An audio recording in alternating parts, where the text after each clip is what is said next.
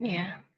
Untuk piloting 3 itu mulai mengerjakan apa itu namanya?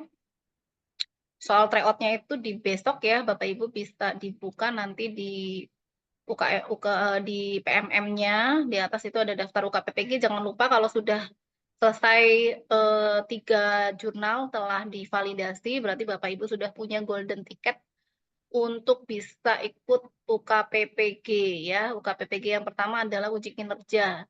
Jadi jangan lupa diklik daftar, karena kalau tidak diklik daftar, nanti Bapak Ibu tidak bisa mengikuti ujian. Seperti yang piloting 2 ini ada yang lupa ngeklik daftar ya sampai dengan waktunya berakhir ya. Fokus di apa? Fokus di pengerjaan perangkat, fokus di pengerjaan video. Ternyata webnya tidak diklik ya, webnya lupa diklik. Makanya akhirnya mereka ibu itu ibu yang terlambat itu ikut di periode keempat ya dengan plotting 3 gitu. Tapi bukan sebagai retaker. Kalau retaker kan sudah pernah mengerjakan apa namanya soal-soal dan kemudian tidak lulus gitu ya, atau sudah pernah mengikuti uji kinerja, ternyata video dan perangkatnya tidak lengkap, kemudian dinilai oleh tim penilai itu dengan nilai yang sangat rendah, maka dinyatakan tidak lulus, namanya retaker. Tapi kalau ini lupa ngeklik daftar ujian gitu. Bu Nilu udah selesai kan modul 1 sampai modul 3?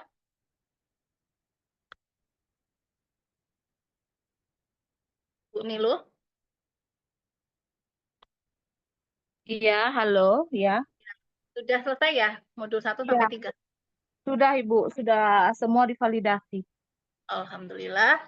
Nanti besok Ibu cek ya, daftar UKPPG-nya itu udah warna biru atau abu-abu gitu. Kalau sudah warnanya berubah, berarti Ibu bisa langsung lanjut untuk daftar UKPPG. Tidak ada yang diupload, hanya mengklik saja bahwa sudah siap daftar UKPPG-nya gitu. Kemudian nanti kerjakan tryout-nya. Ibu apa tidak menunggu NIM dulu keluar atau gimana Ibu? Enggak, bisa langsung ngeklik. Nanti NIM itu dibutuhkan kalau nanti untuk video kali ya, untuk penyusunan video UKIN gitu ya. Itu ada NIM-nya. Dan di perangkat juga untuk penyimpanan perangkatnya juga nanti disematkan nomor induk mahasiswanya. Tapi kalau untuk daftar enggak, Bu. Tinggal Oh gitu. diklik aja kok itu.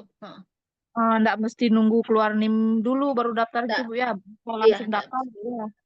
bisa. Oke, ya Ibu, makasih Bu. Iya, sama-sama. Oke, ini saya dapatkan soal dari Bu Kartika ya. Dari Bu Kartika, saya izin share. Sudah kelihatan ya tapi ya? Ya, Sudah ya, oke, sebentar. Nah, silakan dibaca, Bu Nilu. oke. Andi dikenal sebagai Agak keras, anak. Bu. Oke, Andi dikenal sebagai anak yang sering tidak masuk sekolah. Sebagai guru BK, Anda sudah pernah memanggil Andi untuk diberikan peringatan, tetapi tidak berhasil. Oleh karena itu, Anda kembali memanggil Andi untuk melaksanakan konseling dalam rangka mengubah perilaku membolos. Apa yang akan Anda lakukan sebagai guru BK? Eh, Pilihan jawabannya ada bagian A, memberikan pemahaman pada Andi tentang pentingnya sekolah bagi masa depan. B, Hmm. mengeksplorasi kondisi orang tua serta dukungan mereka terhadap sekolah Andi. C, Hmm. mengeksplorasi perilaku bermasalah Andi beserta penyebab dan dampaknya. Iya, Bagian D, mendiskusikan konsekuensi yang akan diperoleh bila terus tidak masuk sekolah. Dan bagian memberikan nasihat kepada Andi agar mau kembali masuk sekolah dengan gembira. iya. Ini jawabannya semuanya betul kali ya. Tidak ada yang salah ya. Pada saat kita menjadi seorang guru BK, kemudian memanggil anak untuk kedua kalinya, karena kita panggil pertama kali ternyata tidak berhasil ya. Andi itu masih sering tidak masuk sekolah. Nah, pada saat memanggil Andi yang kedua kalinya, apa yang dilakukan oleh guru BK? Kalau Bu Niluh, jawabannya apakah sepakat dengan jawaban Bu Kartika? Bu, Ibu-ibu masih dibaca kembali, dipahami. ya, Bu Anita, Bu Kartika sudah ada. Terima kasih Pak Hafiz, Bu Ila, Bu Kartika ya. Bu Ila kemarin PCK-nya betul berapa, Bu? Paling tinggi betul berapa? Yang untuk apa itu, Bu? Kuisis? PCK, bukan tryout. Saya malah belum ngerjain sampai sekarang. Oh, Bu Ila belum. Kalau Iya. Bu Kartika kemarin pas ngerjakan ini PCK-nya dapat berapa? SJT-nya dapat berapa? Dalam rangka mengubah. Ntar saya cek dulu ya, Bu. Iya.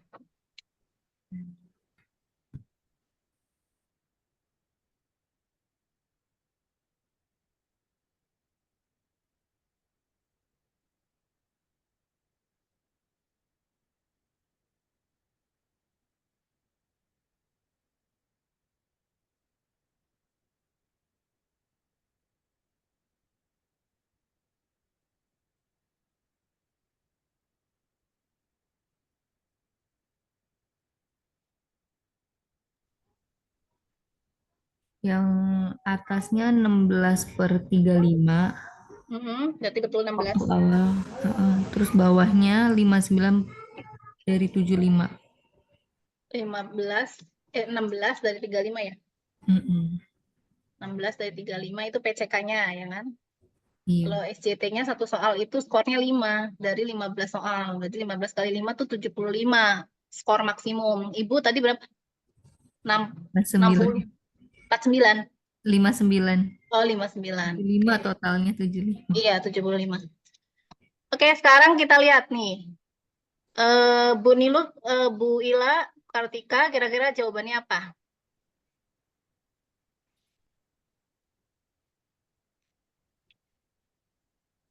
Mengeksplorasi kondisi orang tua, menasihati, maksudnya Andi, ayah tuh sekarang kerja banting tulang untuk Andi gitu ya, eksplorasi kondisi orang tua dan dukungan mereka terhadap sekolah, sudah mendukung Andi untuk sekolah gitu ya, kenapa tidak dimanfaatkan gitu, mengeksplorasi perilaku bermasalah Andi ya, jadi perilakunya disampaikan gitu ya, kenapa sih, kemudian ditanyakan penyebabnya apa ya, dampaknya, mendiskusikan konsekuensi yang akan diperoleh bila terus tidak masuk sekolah ya, disampaikan gitu ya, mungkin akan menyebabkan tidak lulus gitu ya. Tapi kalau sekarang eh, Bu Kartika, kalau di sekolah itu ada anak yang hampir 50% ada nggak tidak masuk sekolah, apakah tetap lulus? Kalau masih di kelas 7-8 bisa dipindah untuk di apa rekomendasi mutasi.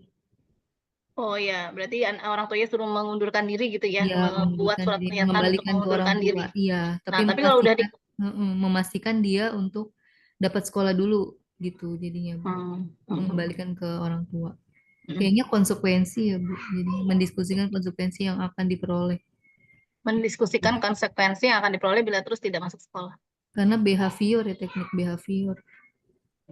Kalau di sini manggil Andi untuk melaksanakan konseling dalam rangka mengubah perilaku membolos. Apa yang akan dilakukan sebagai seorang guru BK? Kalau Bu Nilo apa jawabannya? Sebenarnya semuanya ini Benar. benar ya, Bingung tapi ini. ada satu yang Yang tepat belum di antara yang lain gitu ya. Jadi kalau di sini jawabannya memberikan pemahaman pada Andi tentang pentingnya sekolah bagi masa depan. Jadi kita tidak memberikan apa ya namanya respon negatif gitu ya. Misalnya tidak akan lulus dan sebagainya gitu ya, tapi ingin kita berikan respon positifnya itu tentang pentingnya sekolah bagi masa depan ya. Seperti itu. Mungkin nanti setelah itu mungkin bisa mengeksplorasi kondisi orang tua dan mungkin yang terakhir konsekuensi yang akan diperoleh bila terus tidak masuk sekolah gitu ya. Jadi ada tahapan-tahapannya. Oke, kita lanjutkan. Bu Kartika.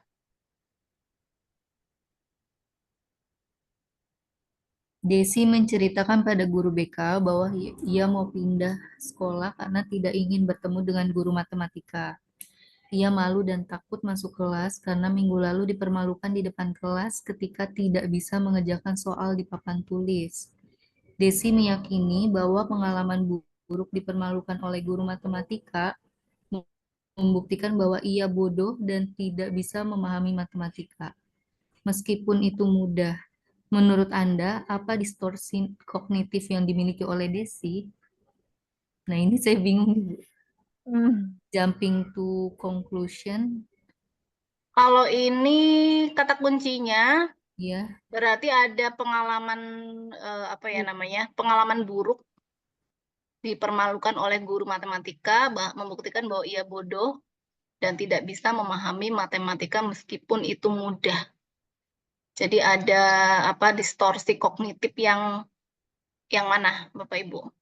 Jumping to conclusion, black and white, ya black and white berarti saling apa ya namanya berkebalikan gitu ya, terbalik gitu. Kemudian mind reading, membaca pikiran, emotional reasoning, berarti alasan emosionalnya itu karena apa?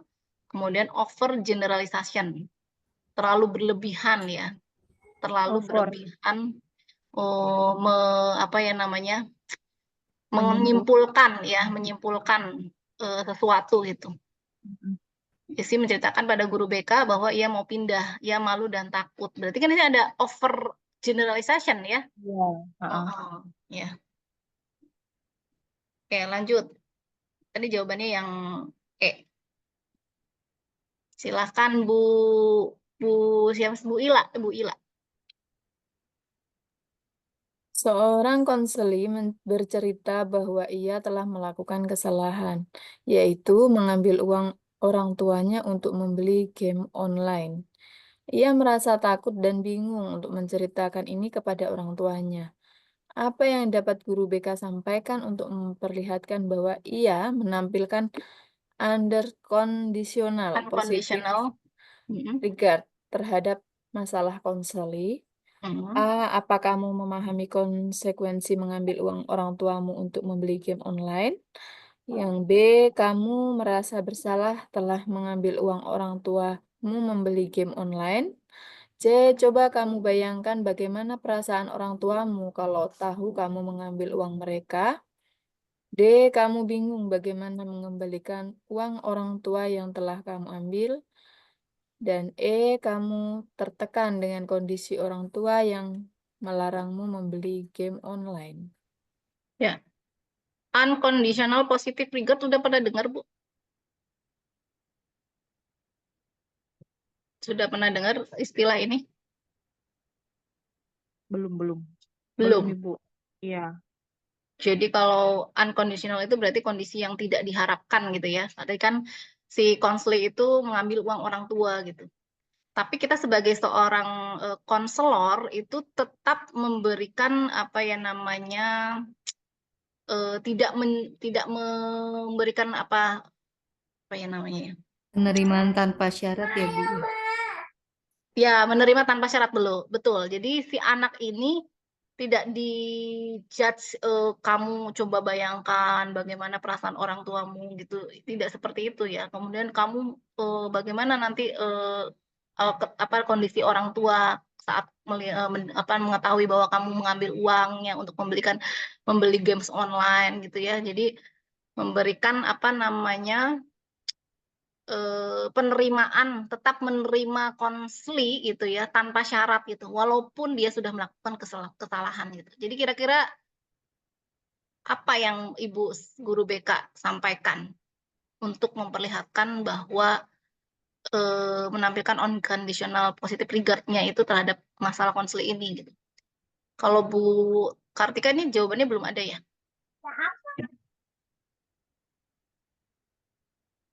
Kemarin jawabannya apa, Bu?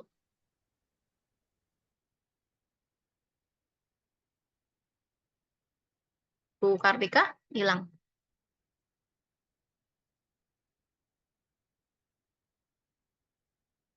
Halo. Iya, Bu. Ya. Sebentar, Bu. Jawabannya kemarin apa, Bu?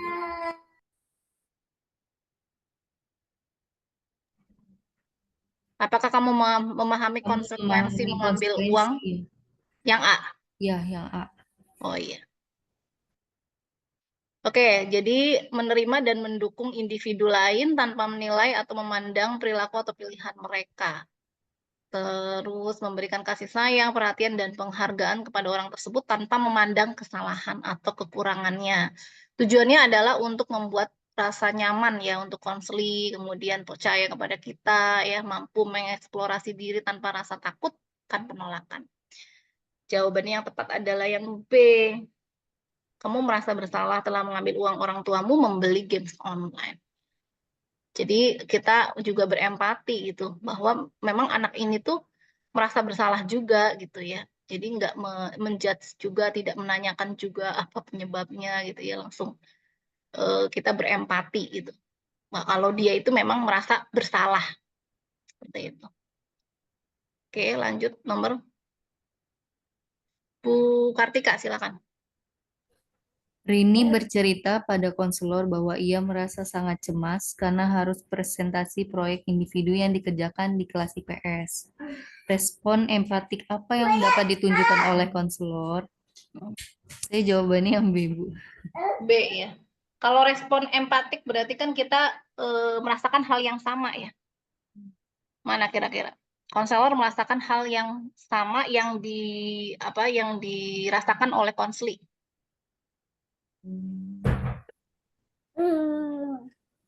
Kira-kira yang mana jawabannya, Bu Nilu? Kalau saya yang D, Bu. Yang D. B. Bebek D. berarti ya. Oh, D. D. Dodol. D. Dodol kan? D. Ya, dodol. Iya. Ya, kalau sebentar Bu, saya ada telepon. Ya, Zi. Iya. Halo. Salam. Pesan sendiri aja pulang ke bimbel. Pesan sendiri aja. Itu Mbak Siska suruh pesan. Ya, biar lagi ngajar. Yuk, makasih. Ya, betul. Jadi, respon empatik itu adalah respon seorang konselor merasakan apa yang dirasakan oleh konseli. Jadi, karena konseli merasa cemas, kita merasakan, kamu merasa cemas karena harus mempresentasikan proyek mata pelajaran IPS di depan semua teman kelas ya. Ya, kita lanjut. Wow, nomor 10. Nomor berapa? 5. Silakan Bu Kartika lagi. Didi adalah peserta didik yang baru pindah ke suatu sekolah. Sebagai konselor, Anda mengamati bahwa Didi cenderung menutup diri dan enggan bergabung dengan teman-temannya saat di kelas, sehingga ia agak kesulitan menyesuaikan diri. Melihat hal tersebut, konselor pun menemui Didi dan mengatakan hal berikut. Saya perhatikan kamu tidak banyak bergaul dengan teman di kelas. Memang sulit ya menjadi siswa baru di tengah semester. Menurut Anda bagaimana respon influencing yang disampaikan konselor? Ya, Nah ini saya bingung influencing, baru dengar soalnya. Didi adalah peserta didik yang baru pindah ke suatu sekolah. Sebagai konselor, Anda mengamati bahwa Didi cenderung menutup diri. Menutup diri dan enggan bergabung dengan teman-temannya saat di kelas. Sehingga ia agak kesulitan menyesuaikan diri. Melihat hal tersebut, konselor pun menemui Didi dan mengatakan hal berikut. Saya perhatikan kamu tidak banyak bergaul dengan teman di kelas. Memang sulit ya menjadi siswa baru di tengah semester. Menurut Anda, bagaimana respons influencing yang disampaikan konselor? Maksudnya, influence itu pengaruhnya. Pengaruh yang disampaikan oleh konselor ke konseli itu kira-kira akan apa ya namanya, yang disampaikan itu salah atau benar gitu dengan pernyataan yang saya perhatikan kamu tidak banyak bergaul dengan teman di kelas. Mengapa? Memang sulit ya menjadi siswa baru di tengah semester. Kira-kira respon itu salah atau benar menurut Ibu? Salah, karena respon yang diberikan diinterpretasi pada perasaan konseli. Salah, karena respons yang diberikan tidak memberi pengaruh pada konseli. Salah, karena respon yang diberikan reflection of feeling. Cerminan dari pernyataan, dari perasaan ya. Pencerminan dari perasaan. Benar, karena respons yang diberikan mempengaruhi perasaan konseli.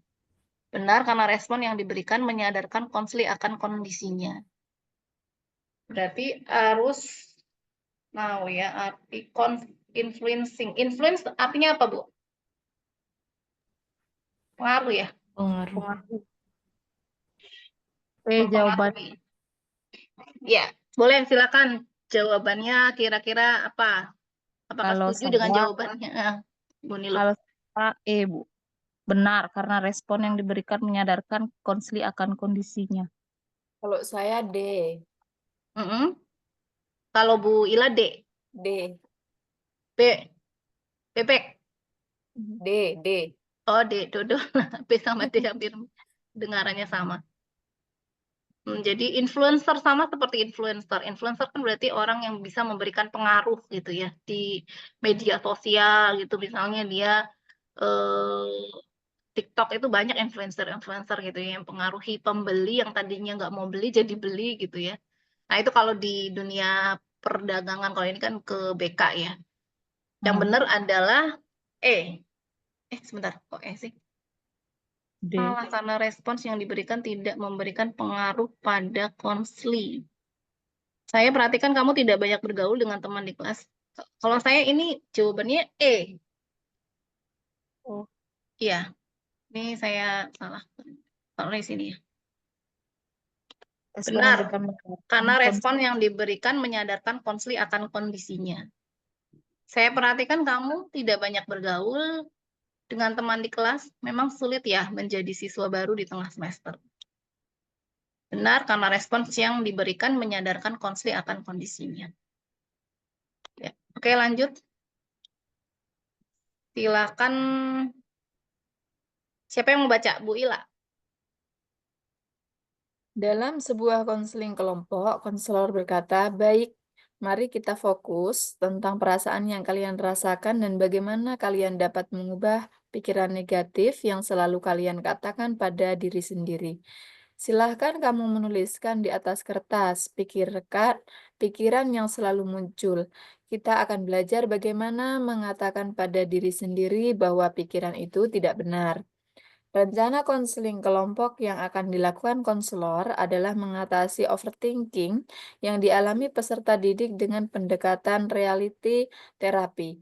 Keputusan konselor tidak tepat karena A. Untuk mengatasi overthinking lebih cocok dengan pendekatan kognitif perilaku. B. Pendekatan yang sesuai dengan masalah pikiran yang mengganggu adalah gestalt terapi. Yang C. Realita terapi lebih cocok untuk mengajak konseling berpikir sesuai realitas. D. Mengatasi masalah overthinking lebih cepat menggali masa lalu dengan psikoanalisis. Overthinking lebih cocok diatasi dengan person-centered terapi untuk Terapi. meningkatkan real self-nya. Kepercayaan diri ya, real self. Apa jawabannya, Bu? Dalam sebuah konseling kelompok, konselor berkata, baik, mari kita fokus tentang perasaan yang kalian rasakan dan bagaimana kalian dapat mengubah pikiran negatif yang selalu kalian katakan pada diri sendiri. Silakan kamu tulis di atas kertas pikiran yang selalu muncul. Kita akan belajar bagaimana mengatakan pada diri sendiri bahwa pikiran itu tidak benar. Nah, ini rencana konseling kelompok yang akan dilakukan konselor adalah mengatasi overthinking dengan pendekatan reality. Keputusan konselor tidak tepat karena ini sudah disampaikan di sini. Konselornya tidak tepat kalau dengan menggunakan pendekatan reality terapi. Ya. Berarti jawabannya jangan. Oh, di sini reality terapi lebih cocok untuk mengajak konseling berpikir sesuai realitas. Ya. Ini yang C, tapi kalau yang paling tepat adalah untuk mengatasi overthinking lebih cocok dengan pendekatan kognitif perilaku. Ya, betul. Ya, silakan Bu Kartika. Guru BK meminta 10 anak yang dirujuk oleh wali kelas karena mendapat nilai yang tidak mencapai standar kompetensi yang diharapkan. Setelah melakukan asesmen, guru BK menemukan bahwa mereka tidak memiliki rutinitas belajar dan lebih banyak menghabiskan waktu dengan bermain games, berselancar media sosial, atau mengobrol dengan teman di sekitar rumah. Bagaimana tentang implementasi pendekatan konseling yang cocok untuk meningkatkan kemampuan peserta didik dalam menyeimbangkan waktu bermain dan belajar di rumah? Klik pilihan benar atau salah untuk setiap pernyataan yang sesuai. Pendekatan perilaku untuk mengatur waktu bermain dan belajar anak di rumah benar. Behavior Ya, itu ya, betul. reality terapi untuk meningkatkan tanggung jawab dan menyeimbangkan waktu. Nah, ini saya juga masih bingung. Mm-mm. Person center untuk meningkatkan kemandirian belajar. Hmm. Hmm, masih bingung juga saya di situ.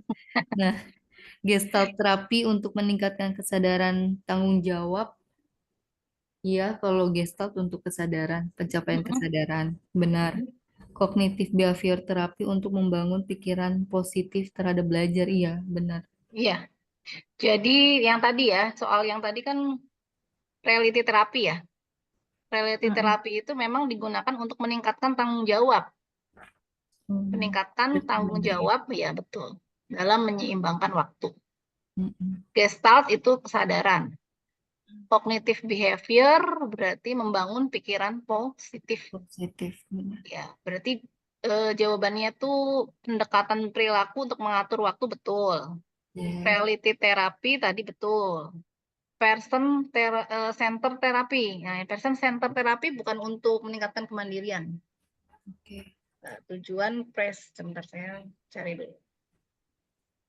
Person center. Tadi saya udah baca.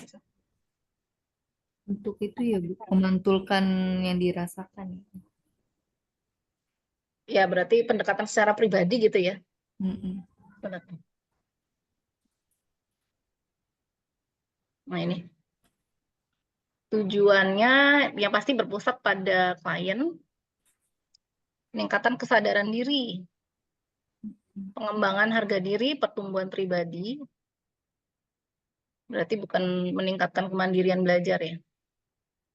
Membantu klien memahami perasaannya, pikirannya, dan pengalaman mereka sendiri supaya lebih baik. Menerima diri gitu ya. Jadi jawabannya benar-benar salah, benar-benar ya. Benar-benar salah, benar-benar. Benar-benar salah, benar-benar. Oke, salah lagi ya, Bu.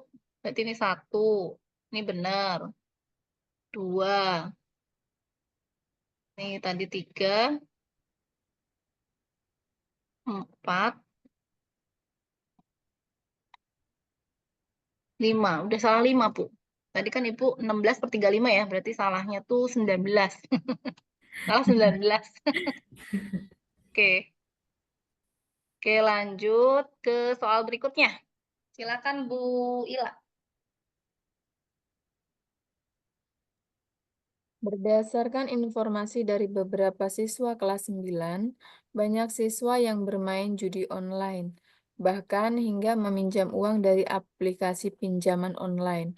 Untuk itu, guru BK menyebar asesmen untuk mengidentifikasi siswa yang membutuhkan bantuan untuk berhenti dari judi online.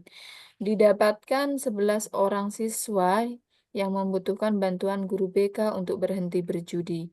Bagaimana pendekatan konseling yang efektif untuk membantu konseli? Pilihlah jawaban yang benar dengan memberi tanda centang. Ya, konseling kelompok dengan pendekatan perilaku untuk membantu siswa mengurangi kecanduan berjudi. Konseling kelompok dengan pendekatan CBT untuk mengelola pikiran yang menyebabkan berjudi.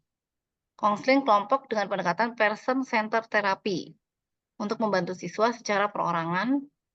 Ini perorangan atau kelompok ini, Bu? Kelompok. Kelompok ya, ini 11 orang ya. Iya. Konseling kelompok dengan pendekatan reality terapi. Tadi reality terapi itu fungsinya untuk tanggung jawab ya. Dapat membantu siswa memahami dampak negatif dengan pendekatan eklektik. Ada yang pernah tahu eklektik? Itu apa? Belum tahu, Bu. Pendekatan eklektik. Sebentar.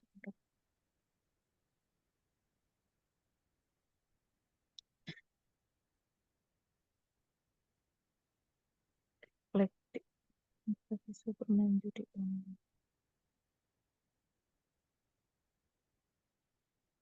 Hmm. Pendekatan yang bertujuan untuk fleksibilitas dan adaptabilitas, menghindari keterikatan pada satu metode saja.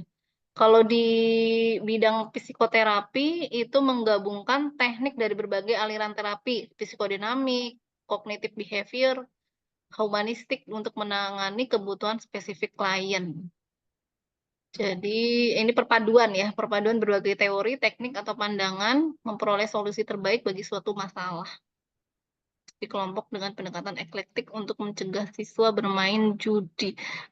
Nggak pencegahan kan? Ini kan sudah terjadi ya. Iya, Jadi pengobatan berarti bukan preventif, tapi tujuannya adalah kuratif kuratif. untuk menyembuhkan gitu ya. Untuk anak-anak yang memang butuh bantuan ingin berhenti dari judi online. Oke, jawabannya ini ya, Bu. Ini yang eklektiknya tidak usah berarti ya. Tadi salah ini.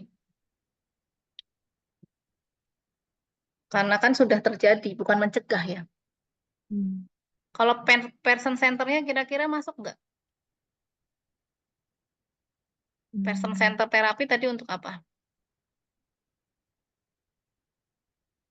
Yang tadi saya Kemandirian. sampaikan? Bukan, Bu. Person center bukan kemandirian. Mengenali diri Kenali dia diri. gitu ya. Ya. Pengendalian gitu kan. Berarti bisa lah person center. Person center, oke. Berarti masuk sini. Person center. Kok panjangan. Kalau yang pendekatan eklektik untuk mencegah enggak, karena sudah terjadi. Lanjut.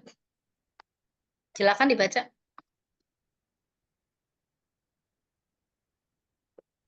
Bu Kartika. Berdasarkan hasil asesmen kebutuhan, terlihat bahwa 35% peserta didik membutuhkan keterampilan dalam memilih sekolah lanjutan. Dalam konseling kelompok, guru BK memberi tugas pada setiap anggota kelompok untuk mencari informasi tentang berbagai SMA atau SMK yang diminati, beserta Iya. persyaratan, kelebihan, dan kekurangannya. Sumber belajar apa yang harus dicari oleh peserta didik? Iya. Apakah dari informasi Kementerian Pendidikan dan Kebudayaan tentang sekolah lanjutan, media sosial sekolah yang diminati untuk melihat aktivitas, Iya, betul juga. film tentang sekolah lanjutan, ensiklopedia tentang sekolah lanjutan, klasifikasi jabatan berdasarkan pedoman Kementerian Tenaga Kerja. Kira-kira jawabannya yang mana? Lebih ke A, Ibu. Informasi dari kementerian mungkin. Ya, informasi dari kementerian. Bu Ila, jawabannya yang mana?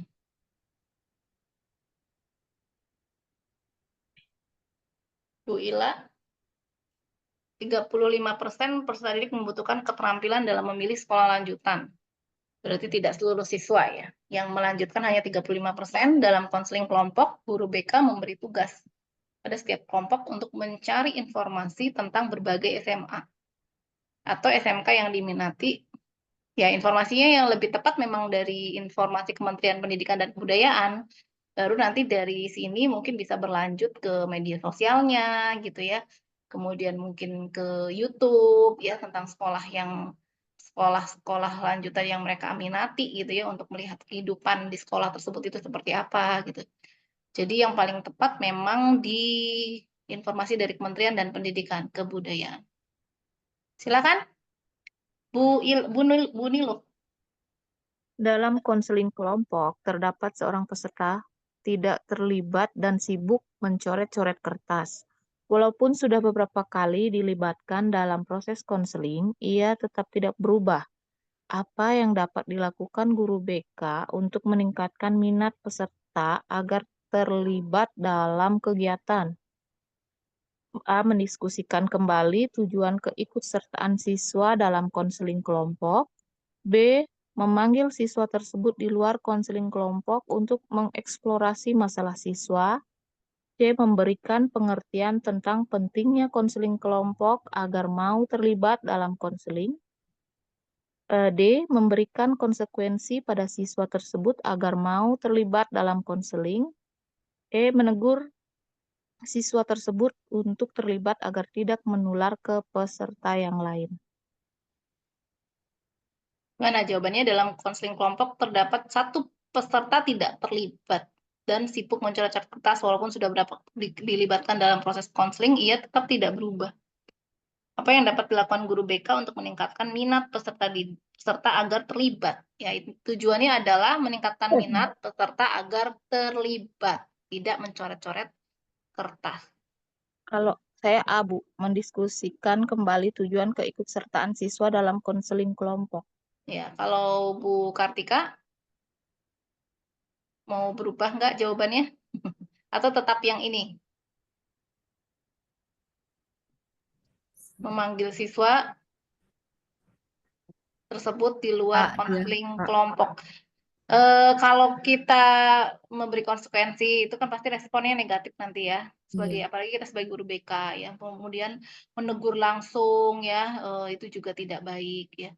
Nah, bisa pilihan yang bisa Bapak Ibu atau Ibu pilih itu adalah yang A, kemudian yang B, yang C ya, memberikan pengertian tentang pentingnya konseling kelompok agar mau terlibat dalam konseling. Biasanya yang A atau C pasti banyak yang menjawab. Tapi dari A dan C ini ada jawaban apa namanya jawaban yang paling tepat gitu ya. Ini diskusi ya, mendiskusikan kembali tujuan keikutsertakan siswa dalam konseling kelompok, ya kan? Berarti kan kalau misalnya dia masuk dalam konseling kelompok, berarti mereka juga harus tahu kembali kenapa, tujuannya apa ikut konseling kelompok gitu kan. Seperti itu. Diharapkan nanti bisa timbul kesadaran untuk bisa aktif kembali dalam proses konseling kelompoknya. Jadi jawabannya yang A ya. Oke, kita lanjut Bu Niluh. Dalam konseling kelompok terdapat seorang peserta tidak terlibat dan sibuk dan sibuk mencoret-coret kertas. Walaupun sudah beberapa kali dilibatkan dalam proses konseling, ia tetap tidak berubah. Apa yang dapat dilakukan guru BK untuk meningkatkan minat Ini sama peserta? ya? Ini sama soalnya Bu. Ya, sama. Sama. Oke, saya hapus aja. Oke, ini sama. Hapus dulu. Ya, sekarang silakan Bu Niluh. Dalam proses konseling kelompok, Adi selalu ingin berkontribusi untuk memberikan komentar terhadap setiap pembicaraan anggota kelompok lain. Apa yang dapat dikatakan oleh guru BK untuk mengatur komunikasi tanpa mengurangi keterlibatan peserta dalam berkontribusi di konseling kelompok? A. Kali ini kita memberi kesempatan pada teman yang lain untuk berbicara. Adi akan memberi masukan pada bagian penyelesaian masalah. B. Adi, kita sebaiknya memberi kesempatan pada teman-temanmu yang lain. Bila kamu terus yang berbicara, teman-teman akan mengandalkan kamu. C. Mari kita memberi masukan kepada teman secara bergantian. Karena kamu sudah memberi masukan, Adi sebaiknya kamu agak diam dulu. Bagian D, silahkan Agus dan Doni yang memberikan masukan. Adi, kamu jangan memberikan masukan dan komentar dulu. Bagian E, Adi, kalau kamu bicara terus, teman-temanmu tidak memiliki kesempatan untuk bicara. Cobalah untuk tenggang rasa.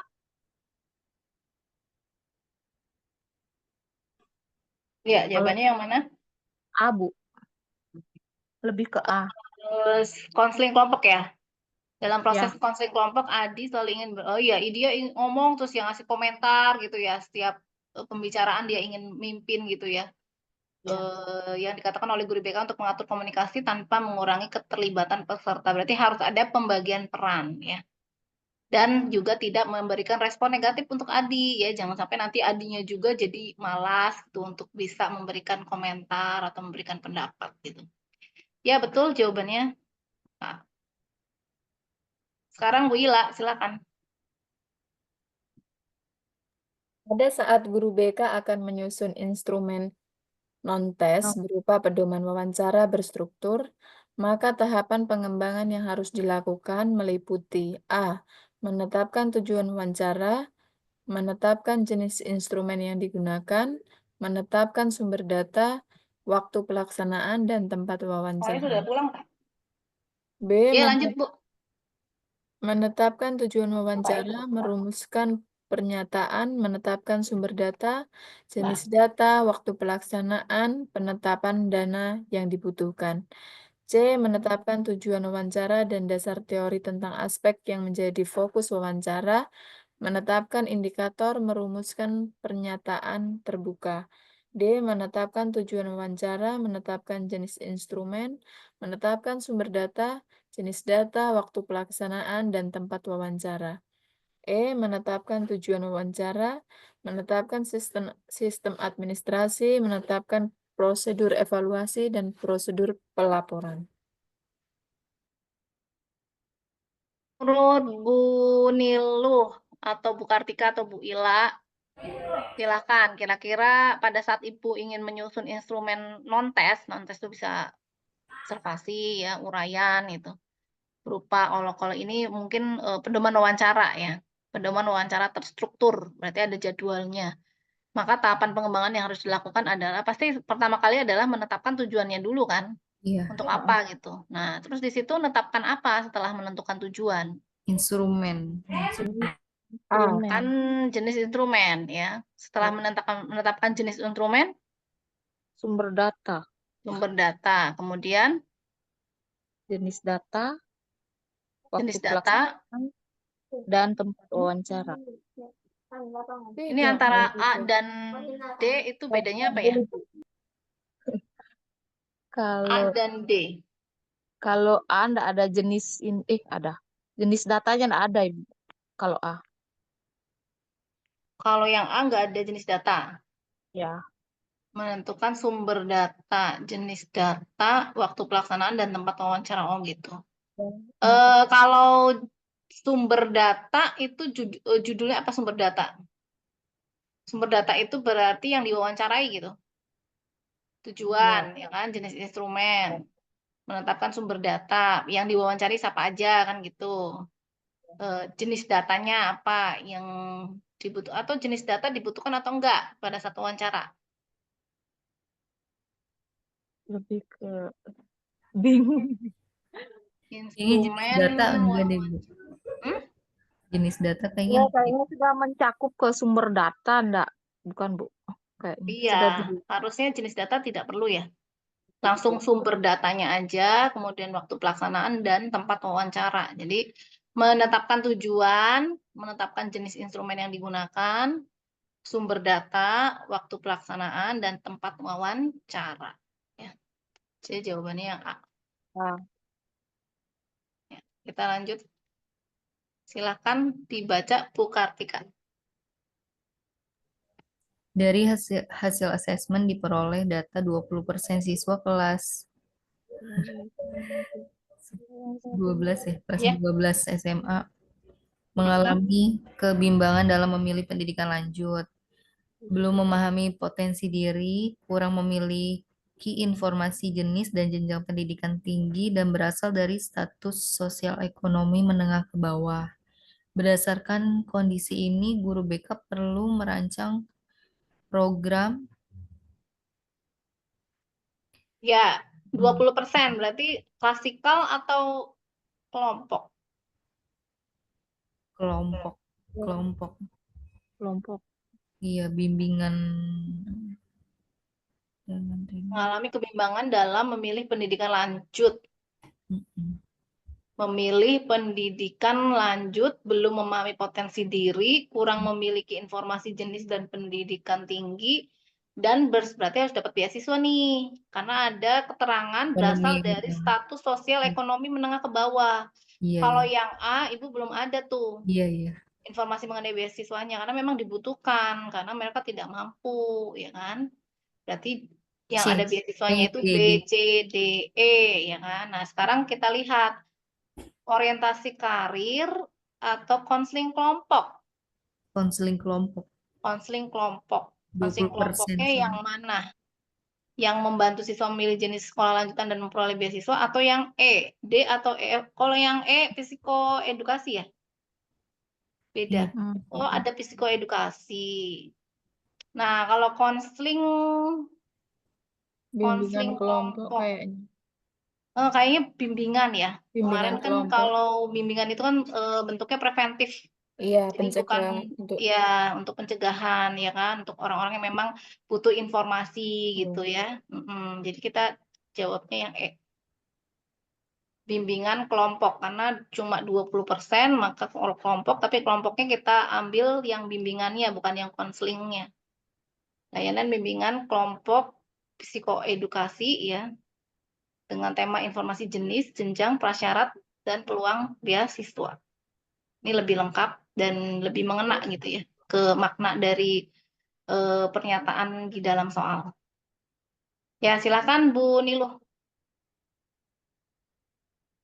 Dalam pelaksanaan bimbingan dan konseling dilakukan evaluasi terhadap proses dan hasil layanan yang diberikan. Berikut pernyataan yang digunakan dalam evaluasi proses. Pilihlah jawaban yang benar dengan memberikan tanda centang. Jawaban benar bisa lebih dari satu.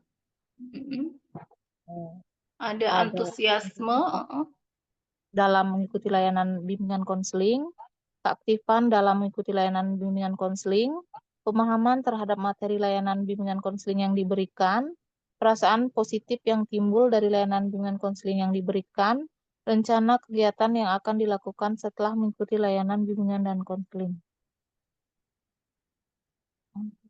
kata kuncinya berikut pernyataan yang digunakan dalam evaluasi proses. Ibu pas mengevaluasi proses di penilaian proses itu menanyakan apa saja?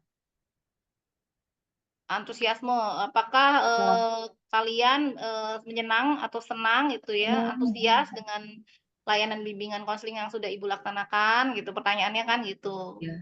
Kemudian keaktifan misalnya, apakah siswa aktif di dalam mengikuti layanan bimbingan konseling? Pemahaman materi yang disampaikan di layanan bimbingan konseling ini apakah dapat dipahami oleh kalian misalnya gitu ya. Jadi dalam evaluasi proses Ibu itu menanyakan poin-poin apa saja di sini? Antusiasme ya, Iya, keaktifan iya. ya,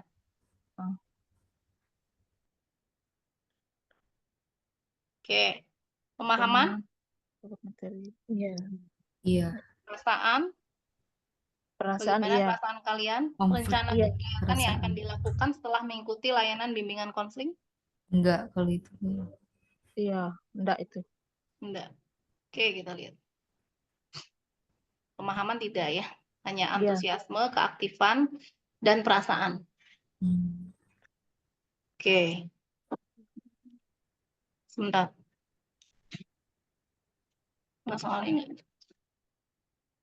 Oke, nomor 30, nggak tahu ini nomor berapa. Ini kecil banget ya. Silakan.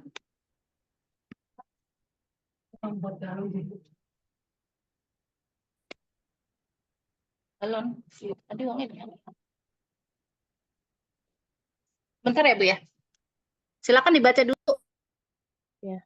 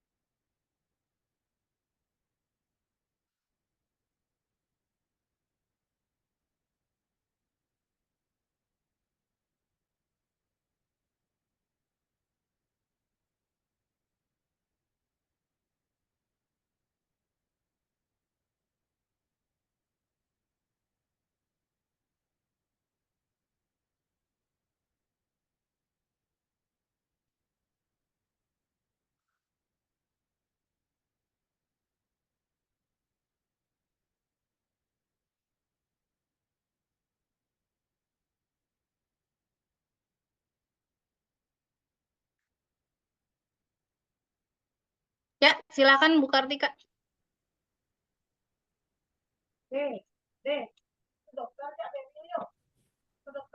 Dalam Bu Kartika, iya silakan. Dalam kegiatan layanan bimbingan klasikal yang dilakukan, terdapat siswa yang terlihat murung dan tidak konsentrasi dalam belajarnya.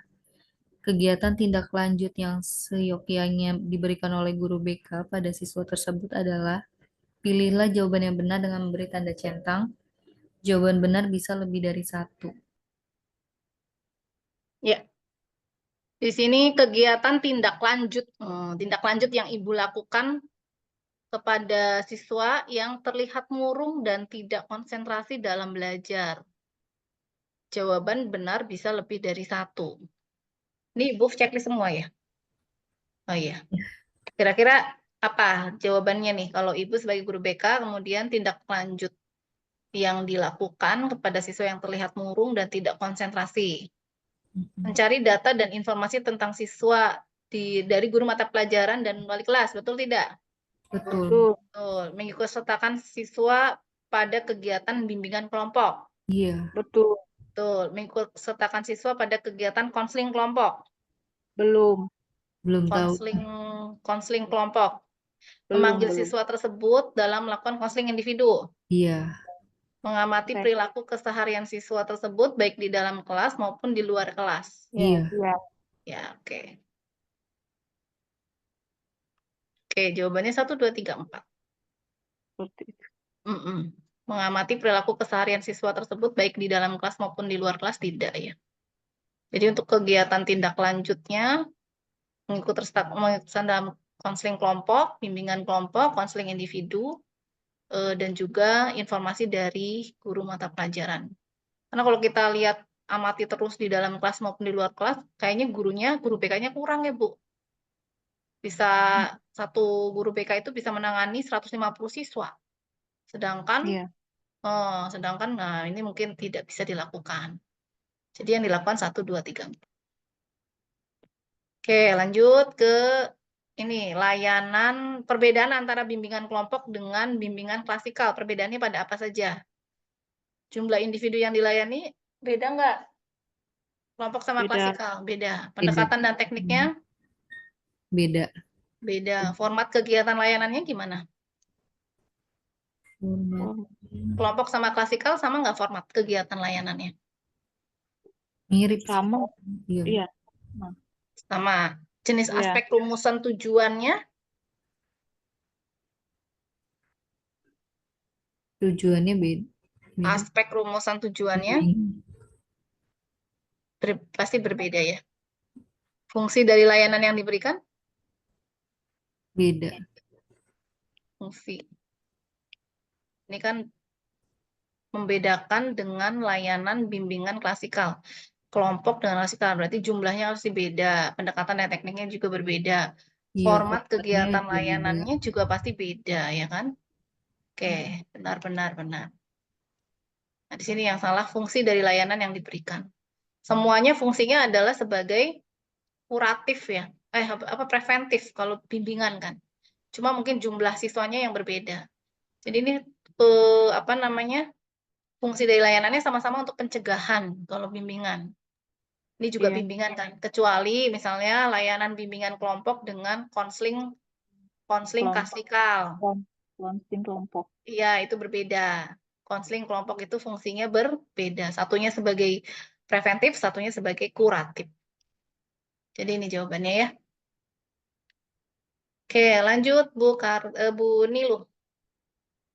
Data hasil asesmen menunjukkan bahwa 20% dari siswa kelas 11 membutuhkan pemahaman tentang studi lanjutan setelah SMA secara mendalam. Berdasar hasil asesmen tersebut, strategi layanan yang tepat diberikan adalah ada studi lanjut, informasi, konsultasi, bimbingan klasikal, bimbingan kelompok. Bimbingan klasikal. 20% loh. Ya, kelompok. Bimbingan kelompok. Data hasil asesmen menunjukkan bahwa 20% siswa Iya. kelas 11 membutuhkan pemahaman tentang studi lanjutan Bimbingan kelompok. setelah SMA, ya kan? Iya. Oke, bimbingan kelompok, betul. Pasti kekecoh ke sini ya. 20% itu kan nggak semua siswa. Jadi kalau nggak semua siswa masuknya ke kelompok. Oke, sekarang siapa? Bu Ila.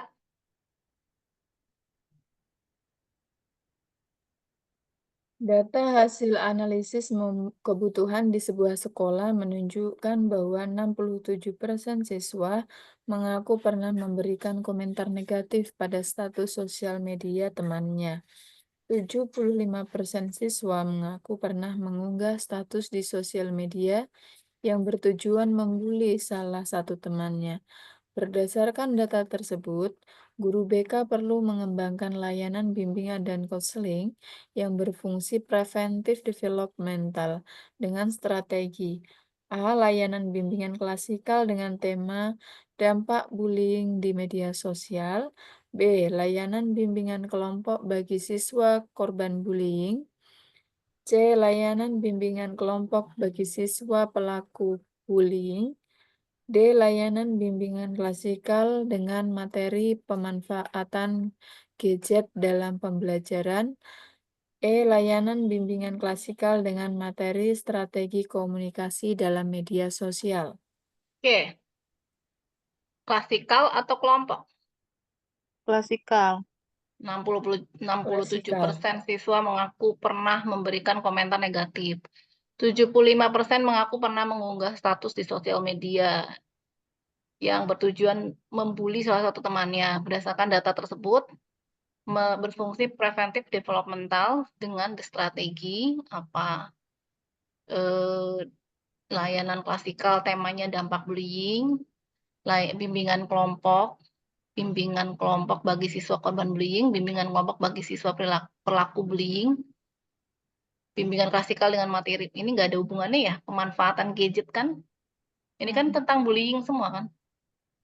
Atau komentar negatif pada sosial media, pemanfaatan gadget dalam belajar nggak nyambung. Berarti A ya, dampak.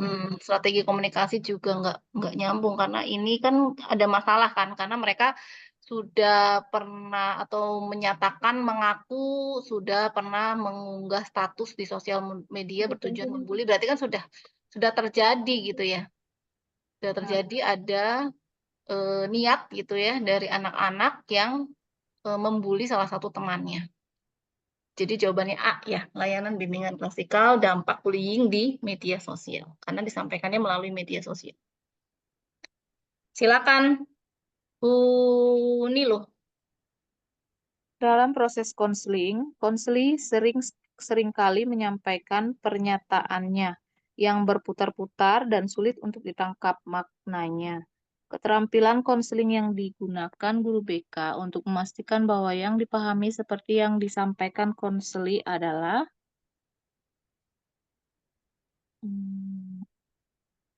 Ya. Dalam proses konseling seringkali menyampaikan pernyataan yang berputar-putar dan sulit untuk ditangkap maknanya. Keterampilan konseling yang digunakan guru BK untuk memastikan bahwa yang dipahami seperti yang disampaikan konseli. Proses konseli sering.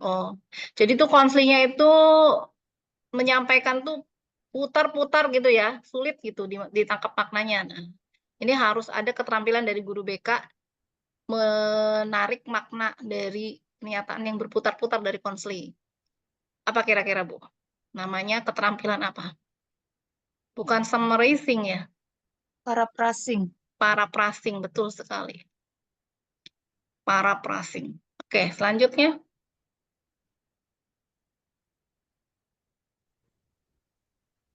Saya, Bu. Ya.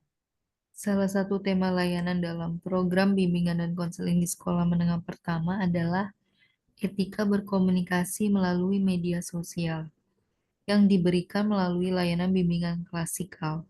Rumusan tujuan yang tepat untuk tema tersebut adalah klik pilihan benar atau salah untuk setiap pernyataan yang sesuai.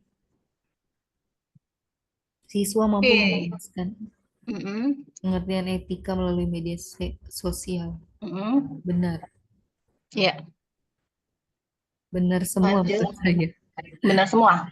Memahami komunikasi melalui media sosial, menyadari pentingnya etika dalam komunikasi, menyusun kalimat pesan positif yang memenuhi kriteria etis dalam media sosial, memiliki keterampilan dalam berkomunikasi. Ini bisa semua dijadikan tujuan pembelajaran ya.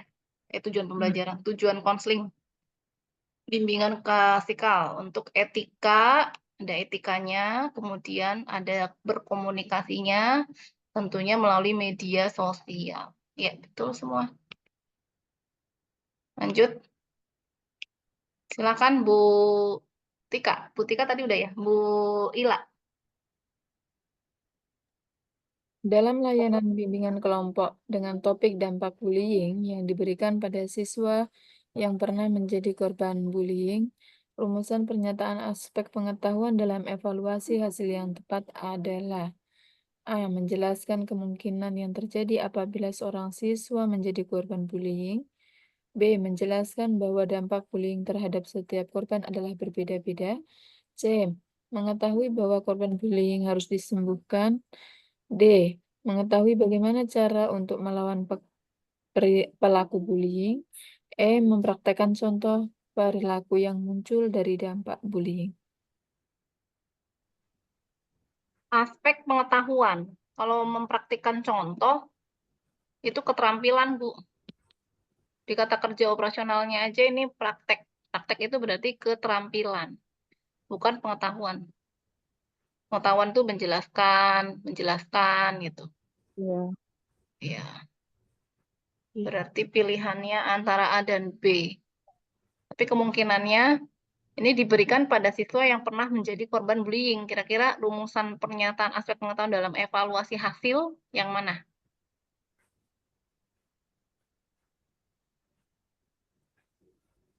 Bu Kartika, Bu Niluh, Bu Ila. Kalau saya lebih ke A, Ibu. Ya, Bu menjelaskan kemungkinan yang terjadi apabila seorang siswa menjadi korban bullying, menjelaskan kemungkinan yang terjadi apabila seorang siswa menjadi korban bullying. Menjelaskan dampak bullying setiap korban ada berbeda-beda. Mengetahui bahwa korban ini yang mengetahui tidak ya. Jadi jawaban yang tepat adalah A atau B. B ya. Menjelaskan bahwa dampak bullying setiap korban adalah berbeda-beda dampaknya. Kemungkinan. Oke, lanjut. Ini ada tabel perkembangan kognitif kelas 11. Jadi ada anak 3 orang, usianya sama, tapi IQ-nya berbeda. Ada yang 110, 85, dan 130. Kemampuan membacanya untuk yang IQ 110 itu sesuai tingkatan kelasnya. Yang 85 itu tertinggal 2 tingkat kelas, ya. Kemudian yang 130 di atas tingkatan kelasnya. Kemampuan problem solvingnya untuk siswa A sangat baik, siswa B cukup, dan siswa C luar biasa. Menurut data perkembangan kognitif yang disajikan, siswa mana saja yang dapat dikategorikan memiliki kecenderungan perkembangan yang normal. Yang normal itu berarti sesuai umur, ya. Kemudian sesuai IQ. Kemampuannya tuh disesuaikan. Jadi ini kan kemampuan apa sih usianya sama, tapi IQ-nya berbeda antara siswa A, siswa B dengan siswa C. Pastinya kemampuan membaca mereka akan juga berbeda gitu ya. Yang mungkin IQ rata-rata ya sesuai tingkatannya. Kemudian siswa B IQ-nya rendah, ya berarti kemampuan membacanya juga rendah. Siswa C IQ-nya tinggi, berarti kemampuan membacanya juga di atas tingkatannya. Kira-kira menurut Ibu, jawaban yang tepat yang mana? Yang dikatakan perkembangannya normal gitu. A, siswa A. Siswa A.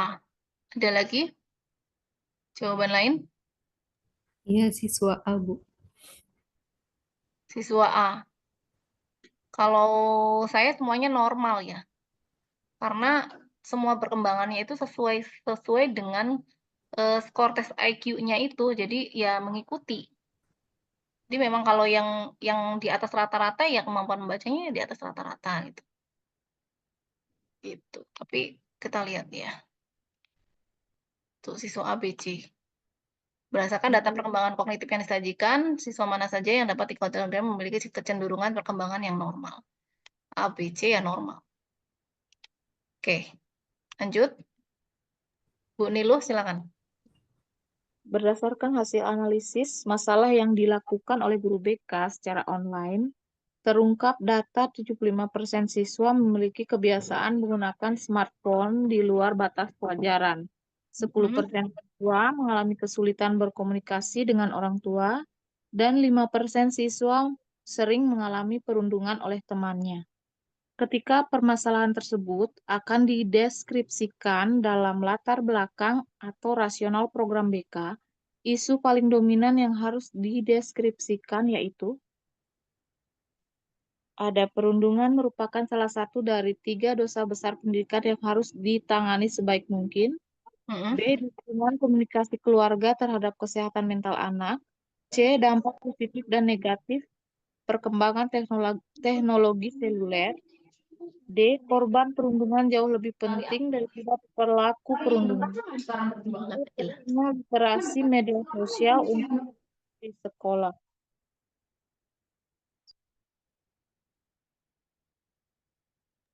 Ya, yang mana Bu isu yang paling dominan yang harus dideskripsikan? Di Kalau sini saya ada datanya 75% memiliki kebiasaan menggunakan smartphone di luar batas kewajaran.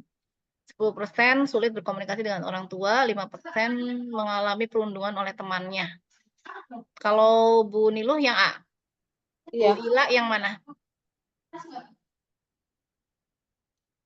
Bu Ila? Oke, kalau kita mau cari isu paling dominan itu dilihat dari berapa persen siswa yang terdampak gitu ya. Kalau di sini kalau kita angkat perundungan ya itu hanya 5% Bu Nilu. oh Jadi iya. hanya sedikit. Jadi sebagian besarnya itu adalah di penggunaan smartphone. Jadi nanti yang akan kita deskripsikan itu latar belakangnya itu kita lihat dari isu-isu yang paling banyak apa namanya dilakukan oleh siswa gitu ya. Di sini paling banyaknya itu adalah kebiasaan menggunakan smartphone. Jadi nanti kita buat apa namanya permasalahannya itu dari isunya itu adalah dampak positif dan negatif perkembangan teknologi seluler. Oh iya. Ya, karena paling banyak 75%-nya di situ. Oke, lanjut Bu Kartika. Oke, Bu. Dalam RPL layanan bimbingan klasikal, pada materi anti perundungan disebutkan untuk meningkatkan kesadaran siswa tentang dampak negatif perundungan. Adapun jenis materi yang tepat untuk memfasilitasi pencapaian tujuan tersebut yaitu C. Jenis-jenis perundungan dan dampaknya terhadap korban.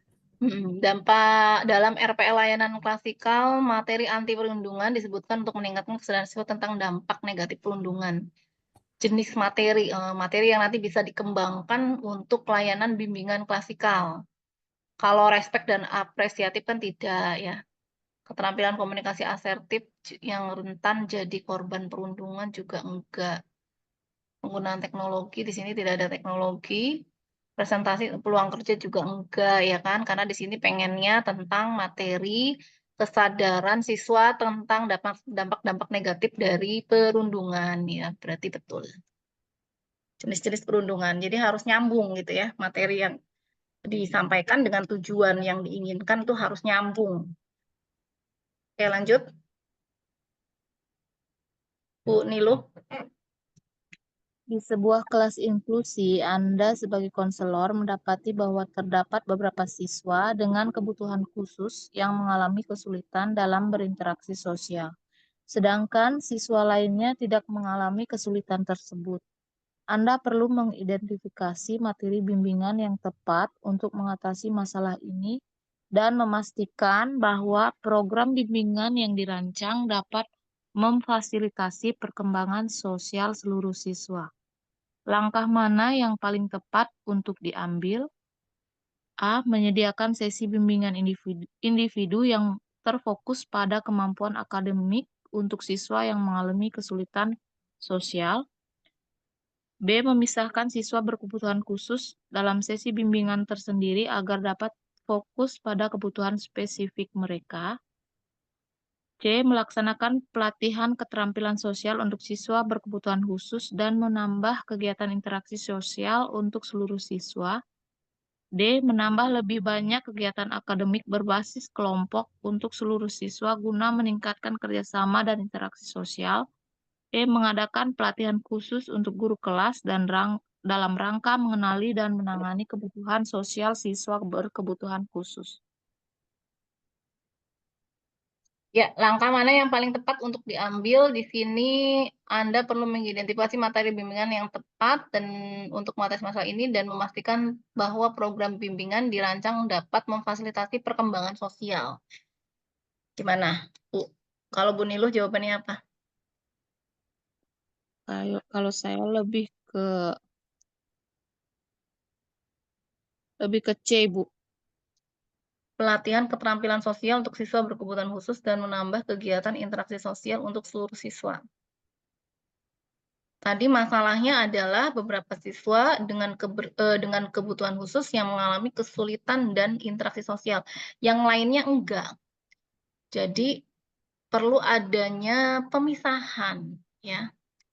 Perlu adanya pemisahan antara siswa yang berkebutuhan khusus dengan yang tidak. Karena di sini siswa lain enggak gitu, enggak bermasalah dengan interaksi sosialnya. Ya, supaya penanganannya menjadi fokus.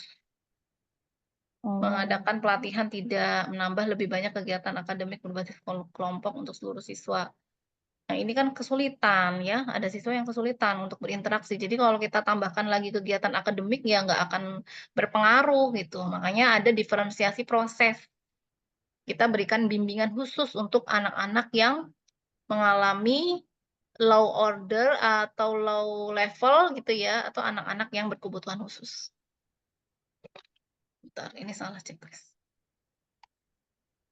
Gitu ya, memisahkan siswa berkebutuhan khusus dalam sesi bimbingan tersendiri agar dapat fokus pada kebutuhan spesifik mereka.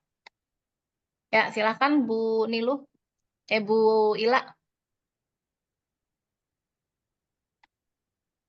Bu Ila. Seorang konselor merancang sebuah program bimbingan di kelas inklusi.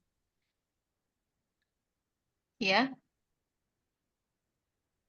Inklusi Seorang yang konselor merancang sebuah program bimbingan di kelas inklusi yang bertujuan untuk meningkatkan keterampilan sosial dan akademik siswa. Program tersebut mencakup beberapa sesi bimbingan sebagai berikut.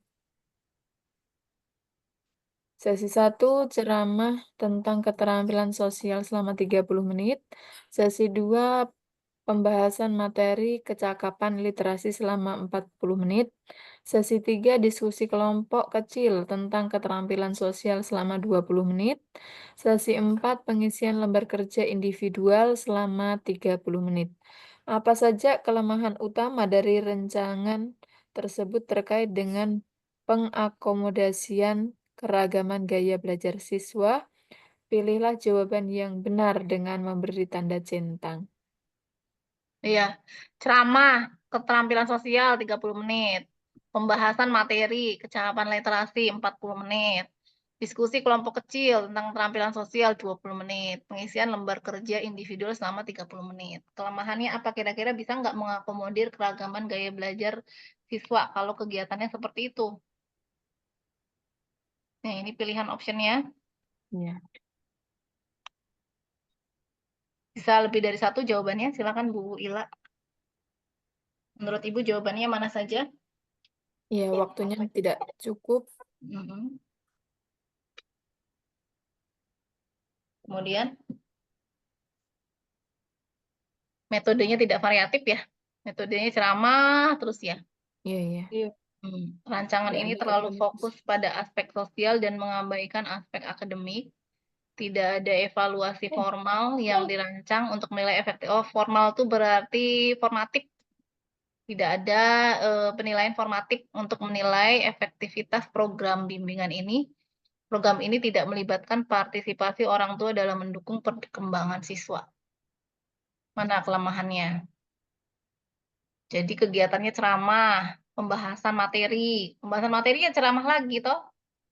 Ya, diskusi kelompok kecil tentang ini diskusi Berarti misalnya dibikin kelompok 5 siswa gitu ya. Kemudian baru ngisi lembar kerja tapi secara individu ya, tidak secara kelompok selama 30 menit. Pastinya program ini tidak menyediakan waktu yang cukup untuk interaksi antar siswa. Semua siswa menggunakan metode pembelajaran yang tidak variatif ya. Oke, jawabannya betul semua. Rancangan tidak terlalu fokus pada aspek sosial dan mengabaikan aspek akademik. Ya karena tidak berpusat pada peserta didik, berpusatnya pada siswa, berpusatnya pada guru.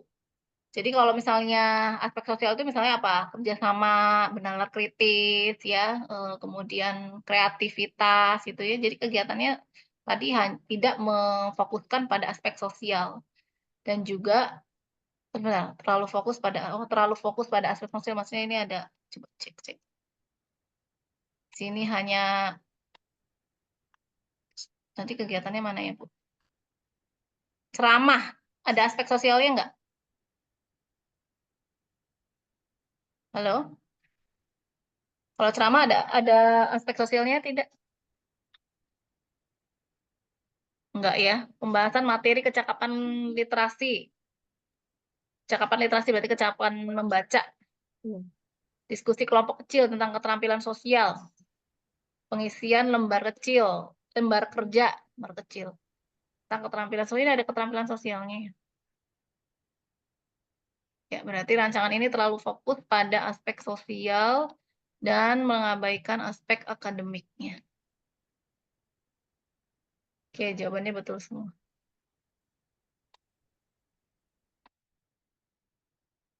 Oke, silakan. Nanti saya kasih semua jawabannya ya, Bu ya. Ini soalnya banyak sekali. Ada kurang lebih 95 slide. Nanti bisa dibaca lagi. Kalau misalnya ada yang memang keliru, nanti mohon dikoreksi ya. Saya tadi pagi kerjakannya gitu.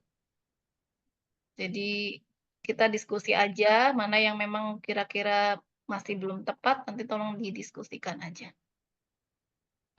Oke, nanti kita sampai jam 5, ini sudah jam 5, karena saya harus masuk lagi ke kelas guru-guru Senbud, seni budaya untuk membahas soal-soal tryout juga.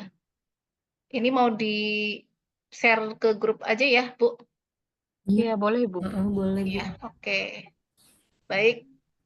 Ada yang mau ditanyakan untuk yang piloting 3? Kalau piloting 2 sudah beres ya, Bu Kartika ya, uploadingnya ya? Karena hari ini Sudah, maksimal Bu. jam, oh ya. Iya, sudah. Alhamdulillah ya. Semoga lulus semuanya 100%, piloting 2 dan piloting 3 disusul. Dan apa yang nanti menjadi pengalaman dari semua peserta piloting 1, piloting 2 yang sudah lulus itu akan menjadi tambahan ilmu untuk piloting 3 ya. Seperti itu. Baik, ada pertanyaan sampai sini? Ibu boleh sharing ini nggak, Bu? Soal tryout dengan nanti pelaksanaannya dari piloting 1 kan udah terlaksana ya, Bu? Apa ada kemiripan atau jauh dari soal tryout? Mirip, Bu. Oh gitu. Mirip, tapi mungkin indikatornya sama. Tapi bahasanya diputer. Jadi kalau misalnya kayak tadi person center, Ibu pahami person center itu untuk apa saja tujuannya. Kemudian reality terapi gitu ya, itu untuk apa fungsinya kalau di dalam BK gitu kan. Nah, itu nanti bisa jadi masalah yang disampaikan itu dibuat berbeda. Jadi nanti optionnya mungkin bisa ada person center, gestalt terapi, ya reality terapi gitu ya. Jadi itu benar-benar dipahami baik-baik gitu. Kalau perlu Ibu buatkan contoh-contoh, misalnya dibuat apa ya namanya rangkuman materi ya di buku gitu ya. Tapi seputar dari soal-soal yang tadi disampaikan gitu, soal-soal tryout, nggak jauh dari situ. Ya, siap, Ibu. Ya, oke. Baik, itu saja. Ada lagi pertanyaannya?